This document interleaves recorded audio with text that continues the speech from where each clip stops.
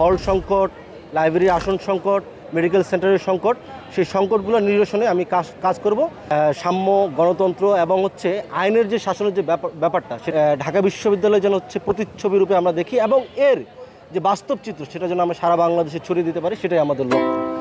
সমস্যা আছে মানবাধিকার সংক্রান্ত। আপনারা জানেন যে শিক্ষার্থীদের অধিকারের প্রশ্নে যতগুলো কোশ্চিন আছে, যতগুলো দাবি আছে, সবগুলোই মানবাধিকারের আওতাভুক্ত। এবং এর বাইরে ক্যাম্পাসে যে মোরাল পুলিশিং, সাইবার বুলিং এবং আদিবাসী অন্যান্য ধর্ম যারা অন্য চিন্তা লালন করে তাদেরকে দমন করার যে সংস্কৃতি, সেই সংস্কৃতিটাকে অ্যাবলিশ করার জন্য আমি কাজ করব। এবং শিক্ষার্থীদের যে ক্রাইসিসগুলো, হল সংকট, লাইব্রেরি আসন সংকট, মেডিকেল সেন্টারের সংকট, সেই সংকটগুলো নিরসনে আমি কাজ করব।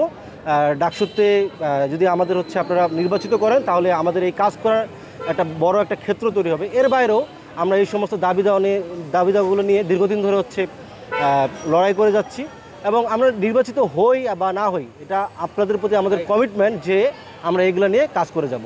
না, এটা তো খুব ভালো একটা দিক যে এক একজন এক একভাবে প্রচারণা করতেছে। কেউ ধরেন যে ইস্তিহার দিয়ে, ফটোকার্ড দিয়ে ভাইরাল হয়ে যাচ্ছে, কেউ গান গেয়ে নির্বাচনী প্রচারণা চালাচ্ছে। ফলে এটা একটা সাংস্কৃতিক বৈচিত্র্য এবং এই বৈচিত্র্য ঢাকা বিশ্ববিদ্যালয়ে থাকা উচিত।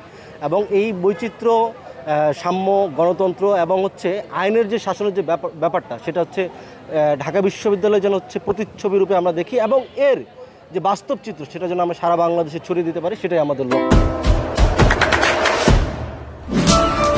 দেশে দেশে সবার সাথে দ্য নিউজ।